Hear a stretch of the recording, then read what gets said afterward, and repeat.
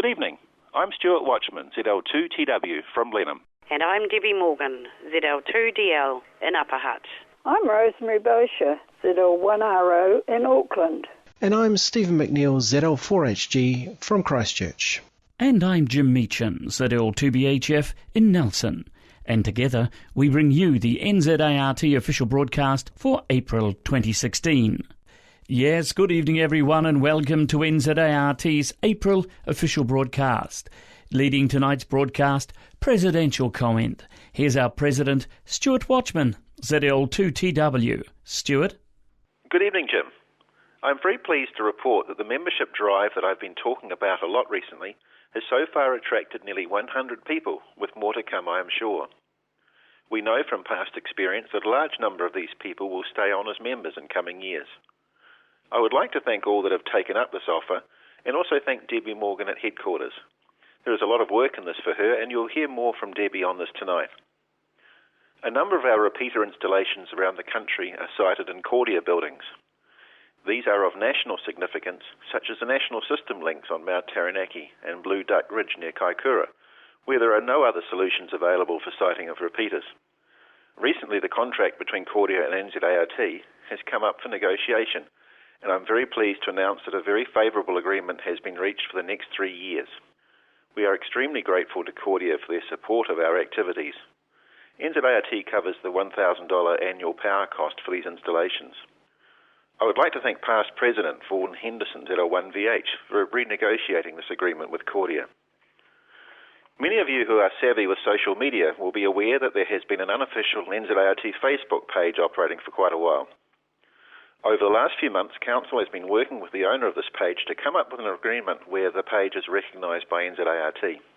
Council has been impressed by the way that this page has been operating and believes this arrangement will be worthwhile. This is progressing well, and there will be more details in my next column and break-in.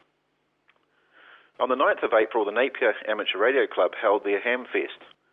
I was not able to make it due to work commitments, but one attendee said to me afterward, "How can people complain that there is not much happening in amateur radio when you look at what was covered on the day?" Looking over the program, there was an interesting and diverse range of topics covered, such as microwatting, summits on the air or SOTA, fast, simple QSO digital modes, D-Star and HF propagation. Like the East Fest and West Fest held down here in the mainland, these regional Hamfests are a great idea and well worth attending. There was an admission from the last break-in of the Administration Liaison Officer's report and the IARU Officer's reports from Don Wallace at L2TLL. These reports will be in the June-July edition of Break-In and will be attached to the next edition of Infoline. At the AGM in Christchurch, we will have printed copies available as well. It is important that delegates read these reports prior to the AGM. Finally tonight, if you have not registered for the Christchurch conference, you have 3 weeks until there will be a late fee for registration. This will be a great opportunity to catch up face-to-face with other amateurs and meet with Debby Morgan from headquarters, your councillors and myself, and many of our officers, as well as attending the social functions and forums. Good night to all listeners. Thank you, Stuart. The President of NZART, Stuart Watchman, ZL2TW. The Sangster Shield Contest, and information tonight from Glenn Kingston, ZL2KZ, the contest organiser. This year's contest is to be held on Saturday, May 21st and Sunday, May the 22nd, as per the new rules, which are published in your March-April break-in on pages 6 and 7, and also on the NZART webpage.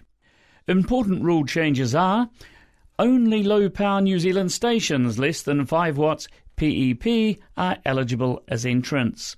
2. The exchange format, formerly named Cipher, is now RST, serial number and branch number. It's the same exchange as used for the Jock White Field Day contest. 3. The Transistor Trophy is now open to any first-time entrants to the contest, rather than being restricted to newly licensed operators. The Sangster Shield Contest, 2000 hours to 2300 hours, New Zealand Standard Time, on Saturday, May the 21st and Sunday, May the 22nd. And now, while talking of contests tonight, stop press material from the Jock White National Field Day organiser, Stuart Watchman, ZL2TW. Jock Whitefield Day was held on February 27th and 28th. Full results and the report will be in the next edition of Headquarters Infoline and in your May-June copy of Break-In. But results here, Northern Region, ZL1AA, Auckland Branch 02. Second, ZL1AM, Northland Branch 28. To the Central Region, first ZL2QF, South Taranaki Branch 87. Second, ZL2GT, Napier Branch 25. Midland Region, first ZL2KS, Marlborough Branch 22. Second, ZL3RR, North Canterbury Branch 68. To the Southern Region, ZL4AA, Otago Branch 30. Single station, 80 and 40 metres, ZL1ARC, Ashburton Branch 01. The QRP section, ZL1AC, Western Suburbs Branch 03. Single operator, first ZL1BL, operating as Huntly Branch 17. Second, ZL1DK, operating as Papakura Branch 65. CW only, ZL2ANN, Rahutu Coast Branch 32. 80 metres only, ZL2KB, Kapiti Branch 69. Phone only, first ZL1BCO, Taupo Branch 60. Second, ZL1SA, Franklin Branch 10. To the overseas section, VK4 FAAS. Home station, first ZL2RO, second ZL1PZ. And that information from the Jock White National Field Day organiser, Stuart Watchman, ZL2TW. Onwards to Upper Hutt we go now, and it's a very good evening to NZART Business Manager, Debby Morgan, ZL2DL. Thanks, Jim, and good evening, everyone. Many of you will be aware that 2 weeks ago, a special promo letter was posted to people not clearly identified in the NZART database as members, inviting them to join the association. This information was obtained by comparing our own records with Radio Spectrum's smart database. Unfortunately, a number of current members received the offer as they hold secondary call signs, which is not recorded in NZART records at this time. For those of you who received this, please accept my apologies and disregard the letter. This is an opportunity to increase membership and support the tireless workers of the association who help to keep amateur spectrum usage available to you all, among many other things. I have received a number of comments, such as, keep the subscription at this level and we will continue to belong. Subscriptions can only be reduced if we doubled our membership.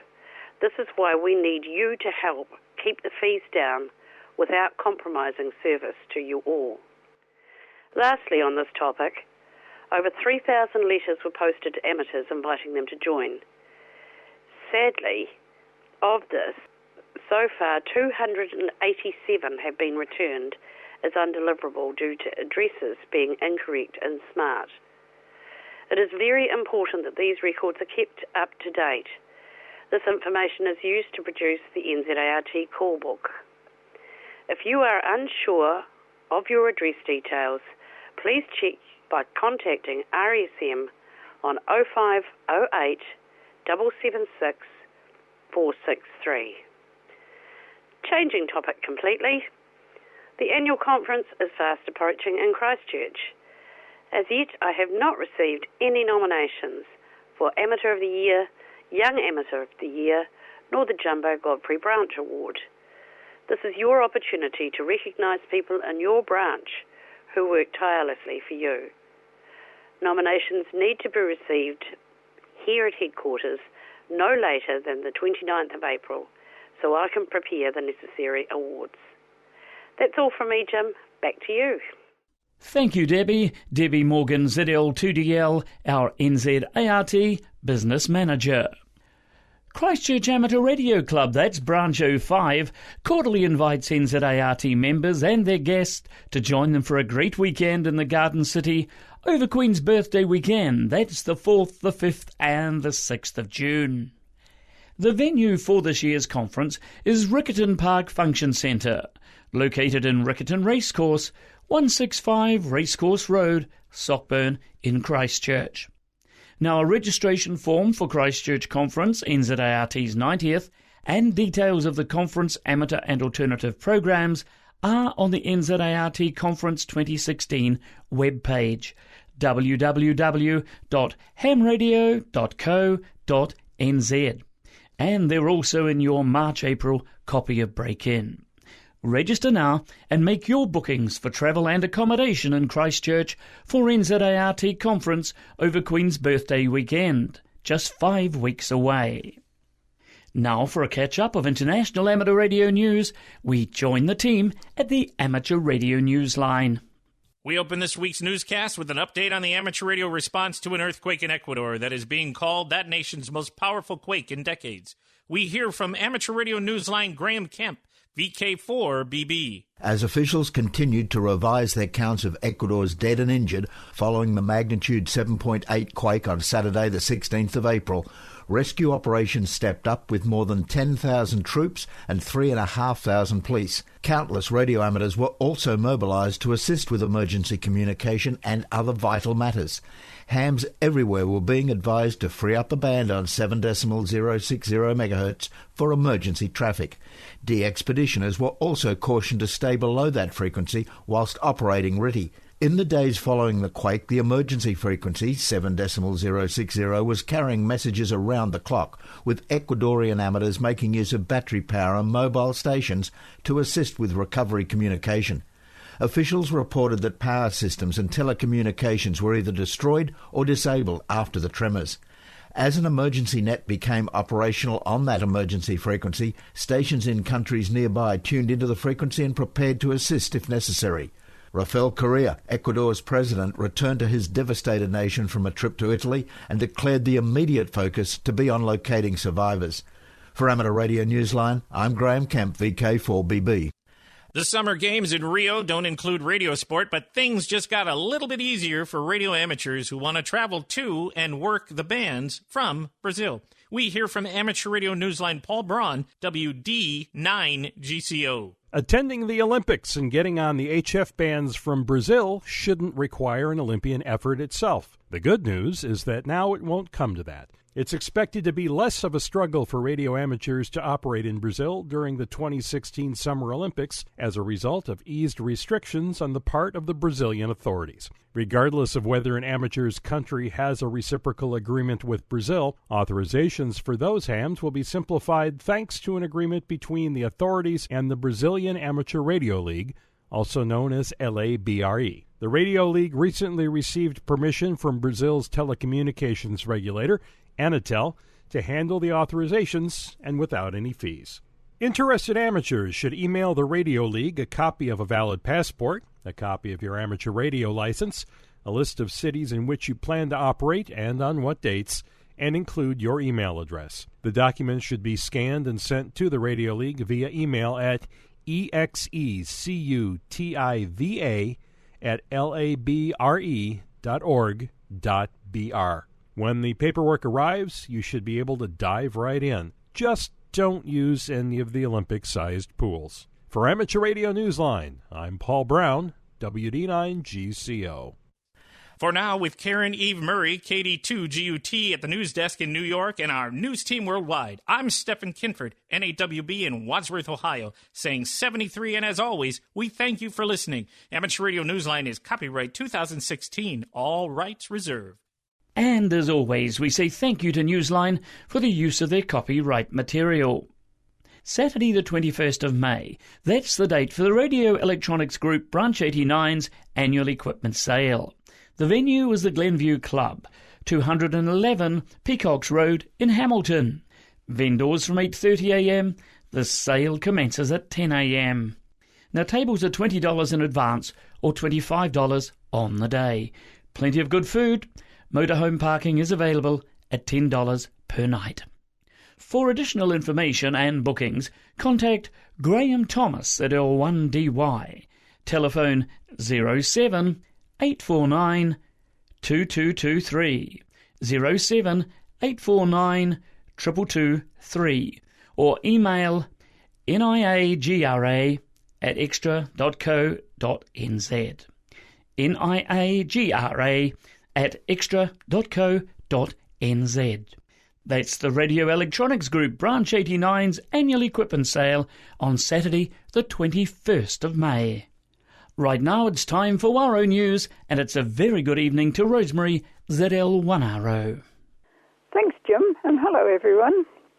The WARO Annual General Meeting will be held on Sunday the 5th of June at the NZART Conference venue, the Riccarton Park Function Centre in Christchurch.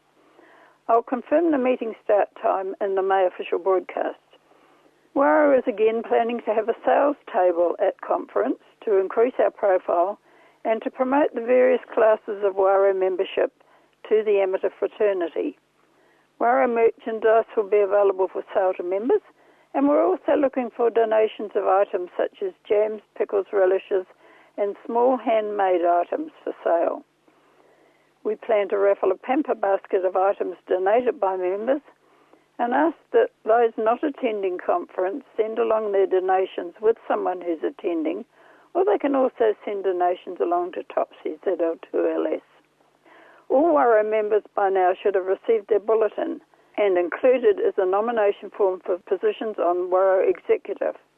We urge you to consider volunteering for office or encouraging someone else to offer their services, as there are vacancies to be filled at the AGM, and we'd welcome some new people on our committee. You do not have to be at the AGM for election to the committee. Just sign the nomination form and return it by May the 10th. Have you remembered to send a copy of the latest bulletin to the DX members you sponsor into WARO? I know from experience that it's easy to overlook doing this. You may have noticed a new column in the magazine titled Around the Regions News. If there are happenings, events, visitors, or anything involving WIOS and amateur radio in New Zealand, send a couple of lines off to Kathy ZL280K for inclusion in this section of the magazine. I'm sure you'll all agree that the teams that put together the WARO Page and Break-In and the WARO Bulletin do a magnificent job, but they can't do such a job without your input, and there is a need for contributions for both publications from our membership. You'll find the email addresses of both editors inside the front page of any bulletin magazine. That's all for April, Jim. Good night, everyone.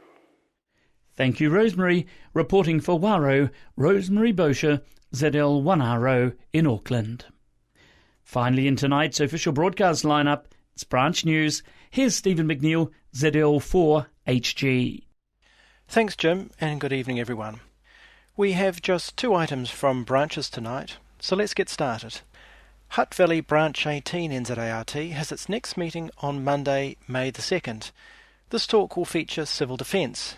It's a reminder of what amateurs can do to remain properly prepared in case their services are needed in the case of an emergency.